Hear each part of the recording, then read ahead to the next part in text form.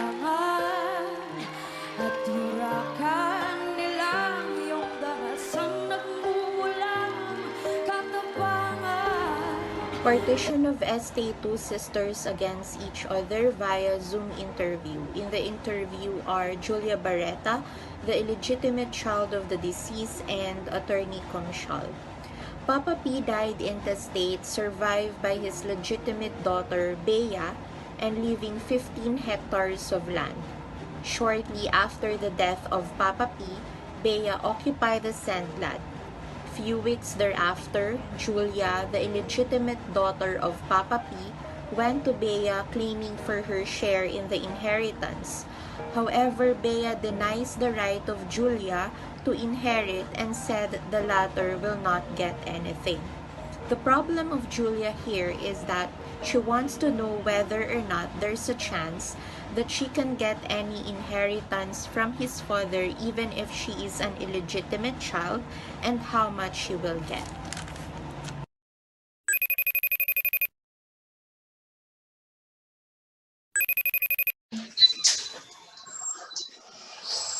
Hi, attorney. I'm glad that you granted my request to have a meeting with you. Yes, it's my pleasure. Only that face-to-face meeting could not be possible at this moment. So I hope this setup is fine. It is okay, attorney. I understand. So by the way, what do you prefer me to call you? Please call me Julia, attorney.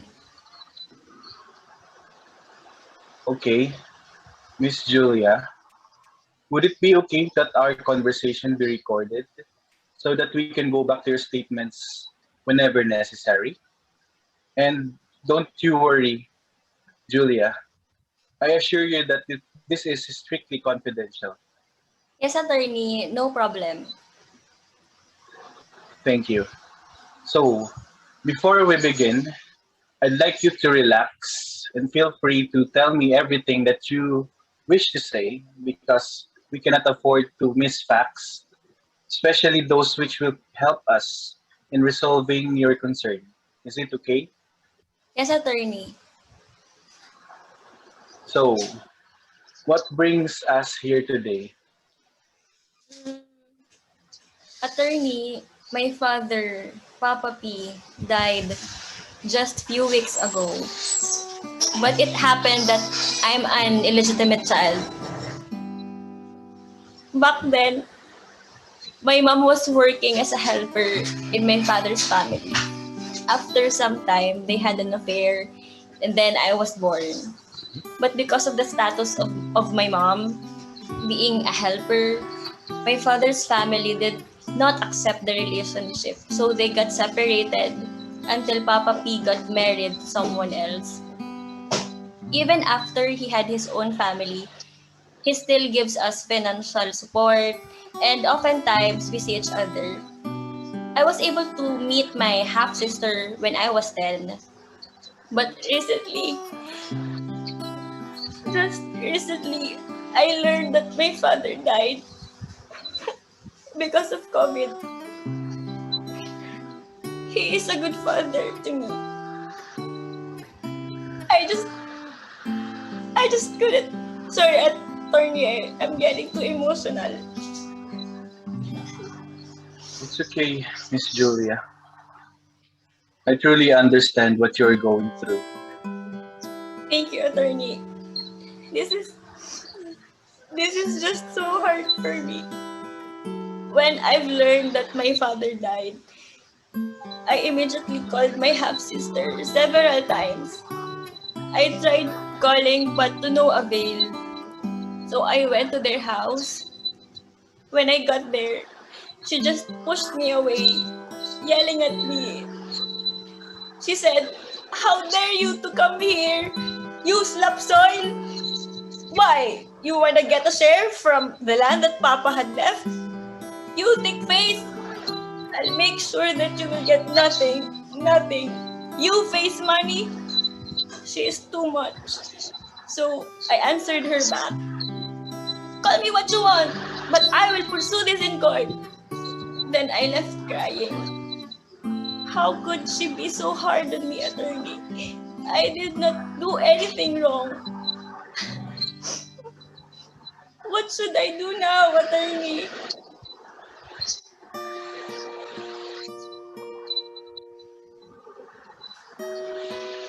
I'm sorry to hear those things, those that are troubling you. So, as I can see, there is a problem with your inheritance and the partition of their estate, of the estate of your father. Yes, attorney. And my sister Bea told me that I don't have any right to inherit and will get nothing. She's wrong, right, attorney? Yes, as I an knew it! I knew it, attorney. I made my research also and I learned that as an illegitimate child, like me, also has the right to inherit. Correct, attorney? yes, you are perfectly correct, Miss Julia. And we will discuss the details later. But first, may I know, is there a will that Papa P left? No, I don't think that he had left a will, attorney, because his death was so sudden. I see. So when you came to Miss Bea, do you know why she said that, or were you given any reason? She just hates me for being an illegitimate child, even before.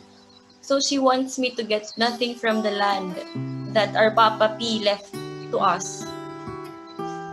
Hmm. So, do you have other siblings? None, attorney. As far as I know, we were the only children of Papa P. I see. So, how about your mother? Is she with you? No, attorney. She died 10 years ago. I'm sorry to hear that, Julia. How about the wife of Papa P? Is she still alive? No, attorney. She died last year. Also because of COVID. Oh, I'm sorry to hear that. So, is it okay if we proceed to the details of your case? Yes, attorney. Um, well, well, Miss Julia, you might have read the so-called compulsory heirs of in your research, right? Under our new Civil Code of the Philippines, it enumerates the list of compulsory heirs, including illegitimate children, along with the legitimate children of the deceased, as among those entitled to the compulsory inheritance from properties left by the deceased parent. Okay, attorney. Please do note, however, that before you can be considered as a compulsory heir, there is still a requirement for you to duly prove your affiliation with your deceased parent. And in your situation, since you have mentioned that your father acknowledged his relation to you as his father, the status of you being an illegitimate child is not an impediment to your right to inherit. Thank you, Lord. Thank you, attorney. And with regard to your share from the legitimate of your father, our civil law also provides for the size of the share to be received by an illegitimate child. Since you two are the only remaining compulsory heirs, an illegitimate child shall receive a share of one-third of the estate, while a legitimate child will receive two-thirds of the estate. So, for example, if the total value of the legitim left by the deceased is 10 million pesos, a legitimate child, or your sister Bea, shall receive an amount of 6 million or more pesos from it, while you, as an illegitimate child, is entitled to only 3 million top of such share. So, hence, although you are entitled to a share in the inheritance, the size of your share is limited by the provisions of the law. Hmm. Yes, attorney, I got it. What's important for me is that it is now clear that I have a share in the property that Papa P left. So, attorney, I don't think my half-sister will give my share.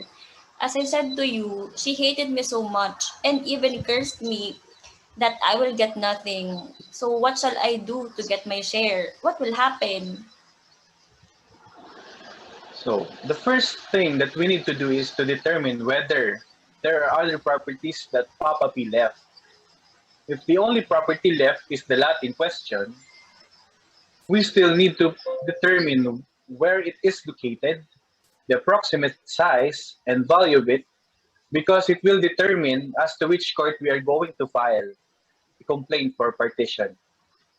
Then after filing, the court will rule as to whether you have a right over the property.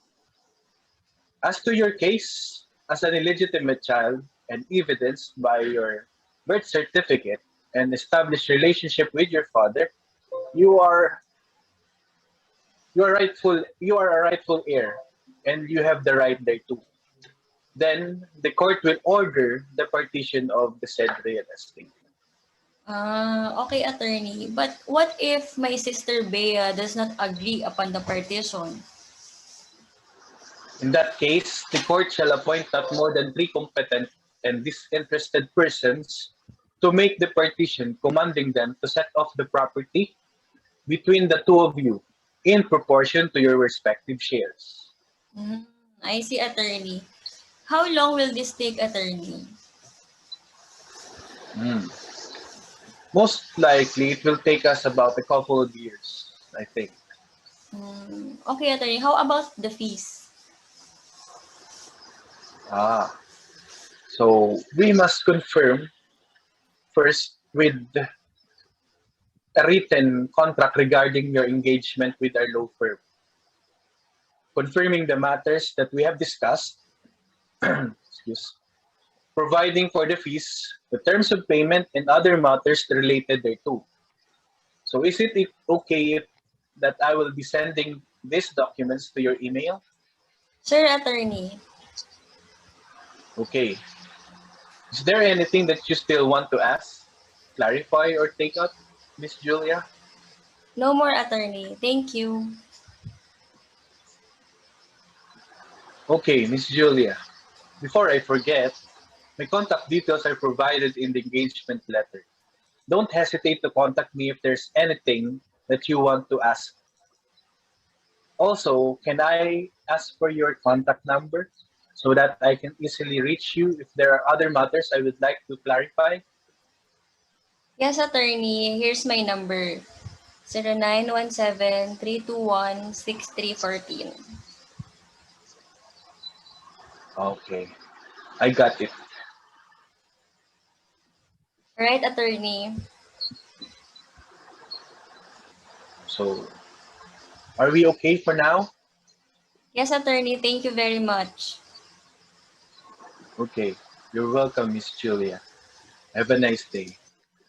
Likewise, attorney.